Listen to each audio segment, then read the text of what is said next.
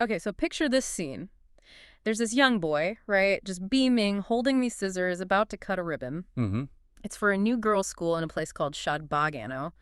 There's a crowd, they're cheering, shouting, "God bless you, Commander Sahib." Commander Sahib. Interesting title. Yeah, and a teacher leans in and whispers to the boy, "Your father is a great man, and you are a lucky boy." That boy is Adel. And this is the start of a summer that, well, it changes everything for him. A real turning point. Exactly. So today we're doing a deep dive into Adel's summer.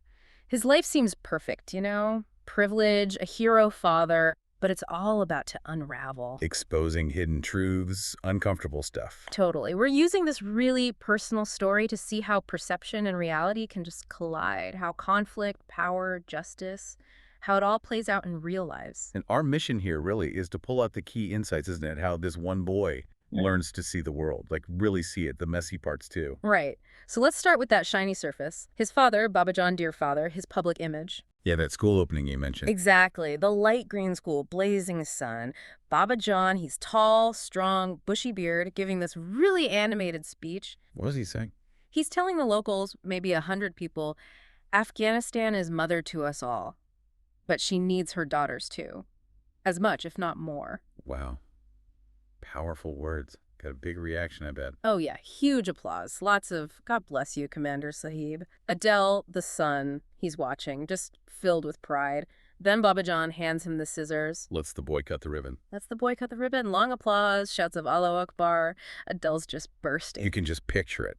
And that public image, it's so carefully built, isn't it? It really shows how perception shapes reality, sometimes even for the people closest. It really does, and you see it right after the ceremony, too. Baba John's there, patiently shaking hands, listening to everyone's problems. Like what sort of things? Oh, someone's kid is sick, needs a doctor in Kabul, a guy needs a loan for a shoe repair shop, a mechanic needs tools, real everyday struggles. And they're still calling him Commander Sahib, even though the war with the Russians was long over. Still calling him Commander Sahib.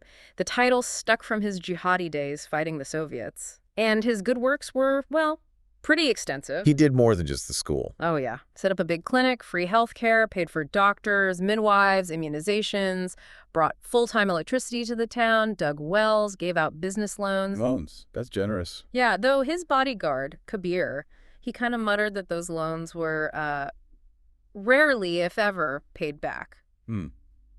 Interesting detail. But from Adel's view, his dad was amazing. He felt lucky, lucky to be the son of such a man. It's a common pattern, this shift from military figure to community leader, philanthropist, leveraging that past influence, that story of sacrifice. But it makes you ask, what's the real foundation here? When power comes from war, then shifts to charity.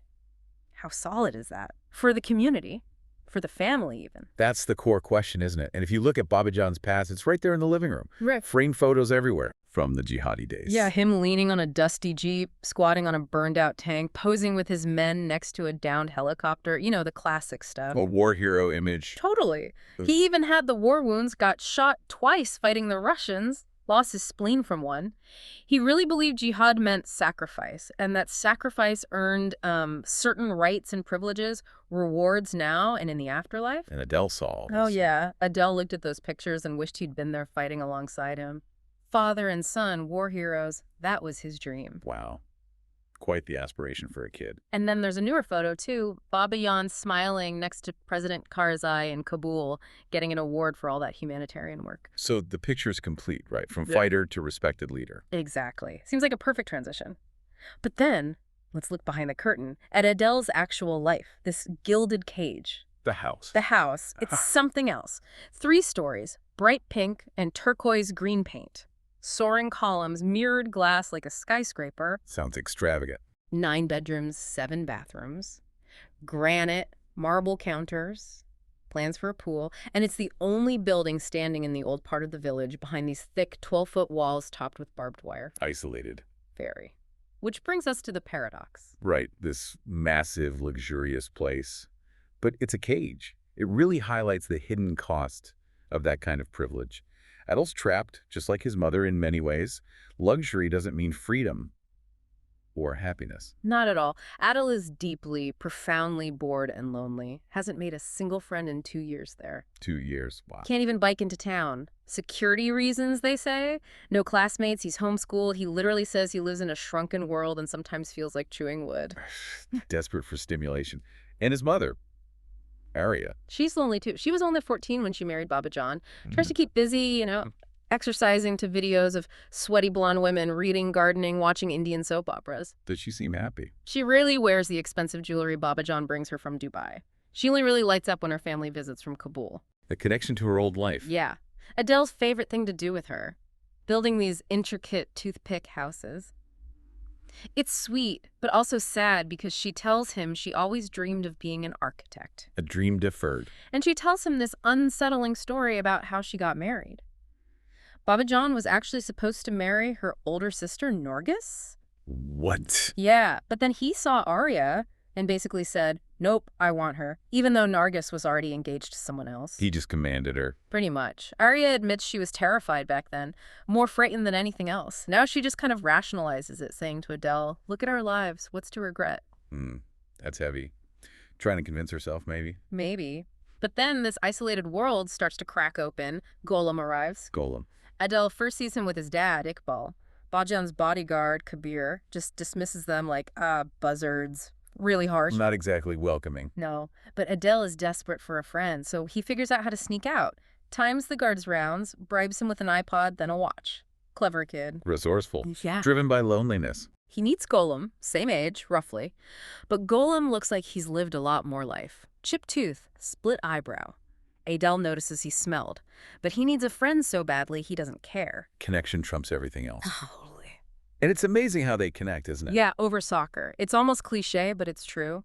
A simple game just cuts across these huge divides, wealth, background, everything. It shows that basic human need for connection and how meeting someone new can just blow your world wide open. Absolutely. So Golem, he tells Adel about his life, grew up in a refugee camp in Pakistan, Jalozai, calls it a huge maze of tents and mud huts. A tough upbringing. For sure. He had an uncle in America sending money, but then Pakistan shut the camp down, the money stopped. His dad, Iqbal, insisted they come back here to Shadbagh, where he was born. Even though Golem felt like a foreigner there. Exactly. And now they're literally living in a field in a tent near this old windmill. Wow. Stark contrast to Adel's mansion. Huge contrast. But they bond over Spieker, arguing about Zidane versus Maradona and Golem's stories. They're full of hardship, yeah, but also trouble, unpredictability, adventure. It makes Adel's fancy life seem hopelessly dull. A different kind of richness, maybe. The richness of experience. Yeah. But then things start to get uncomfortable. The hints start dropping. About Baba John. Yeah. Golem mentions Baba John's cotton fields down in Helmand province.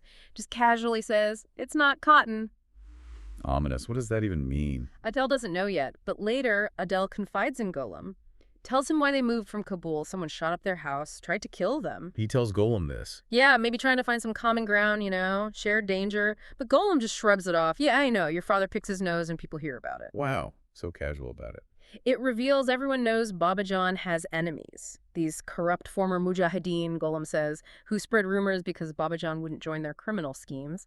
It's exactly the kind of stuff Baba John tries to shield Adel from. The public image versus the whispered truths. Yeah. This is where it gets really difficult, right?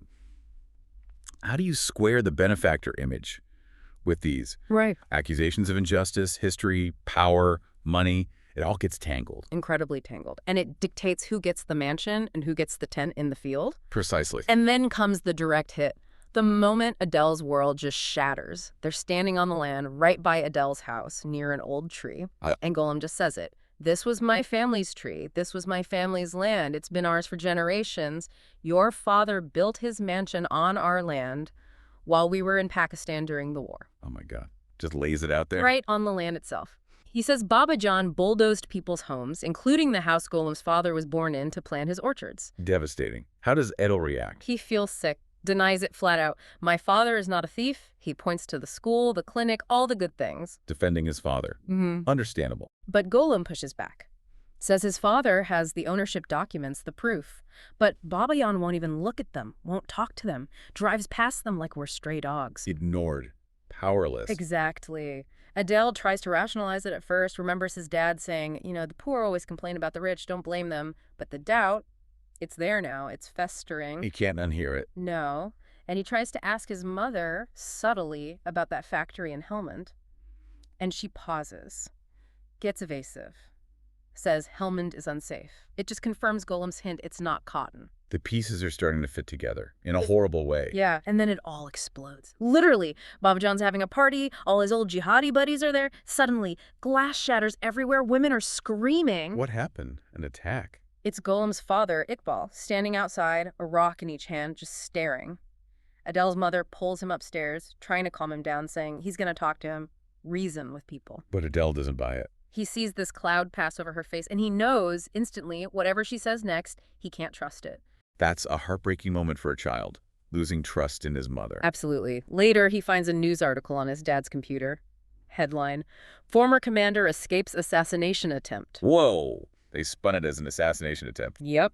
Described Iqbal as a former refugee with suspected ties to the Taliban, and Baba John is quoted talking about fearing for his family, especially my innocent little boy. Using Adel?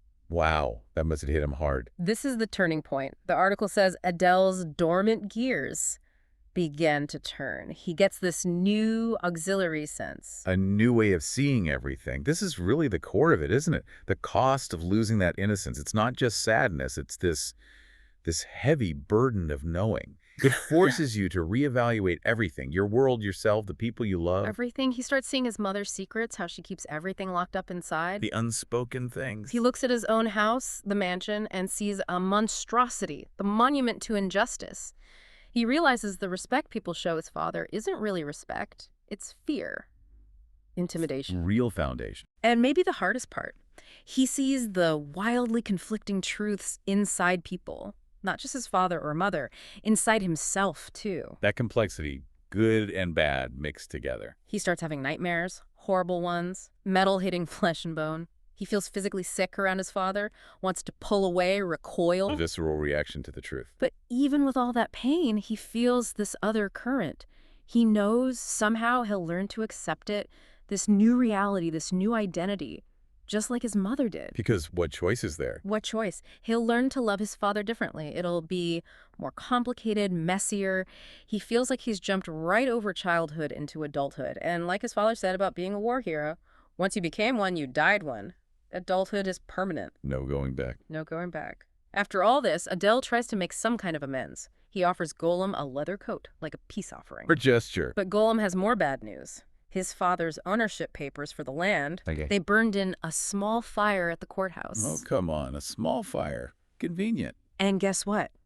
The judge suddenly has a brand new gold watch. Unbelievable. Systemic corruption laid bare. Golem just rejects the coat, calls it a bribe. Understandable, really. Absolutely. So the injustice stands. It really hammers home how power can just crush truth and manipulate the system. And that question about Adel's feeling. Yeah. What comes next? Yeah, that's haunting.